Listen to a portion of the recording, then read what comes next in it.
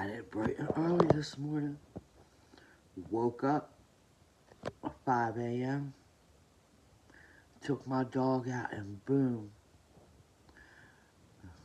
there was the light.